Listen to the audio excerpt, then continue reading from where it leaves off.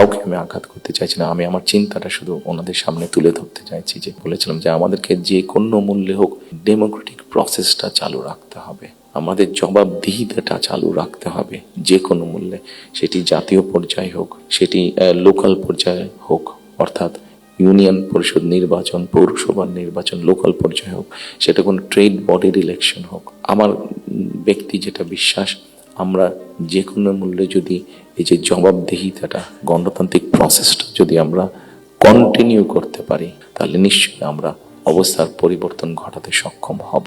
কোনো রাজনৈতিক দলের নেতা, সদস্য, কাউকে আমি আঘাত করতে চাইছি না। আমি আমার চিন্তাটা শুধু ওনাদের সামনে তুলে ধরতে চাইছি যে আসুন আমরা দেশের মানুষের শিক্ষা, দেশের মানুষের স্বাস্থ্য, দেশের নারীদের অধিকার, এম্পাওয়ারমেন্ট, কর্মসংস্থান, পরিবেশ, সব কিছু মিলে এই যে বিষয়গুলো, যেটি একটি সাধারণ মানুষের জন্য প্রযোজ্য সংস্কার, আমার কাছে মনে হয়েছে যে তিনটি পার্ট আছে। একটি হচ্ছে সাংবিধানিক পার্ট, একটি হচ্ছে আইনগত পার্ট, এবং আরেকটি হচ্ছে মানুষের প্রতিদিনের জীবনযাত্রা, নিরাপত্তা, তাদের সিকিউরিটি, সবকিছু নিয়ে একটি পার্ট আছে।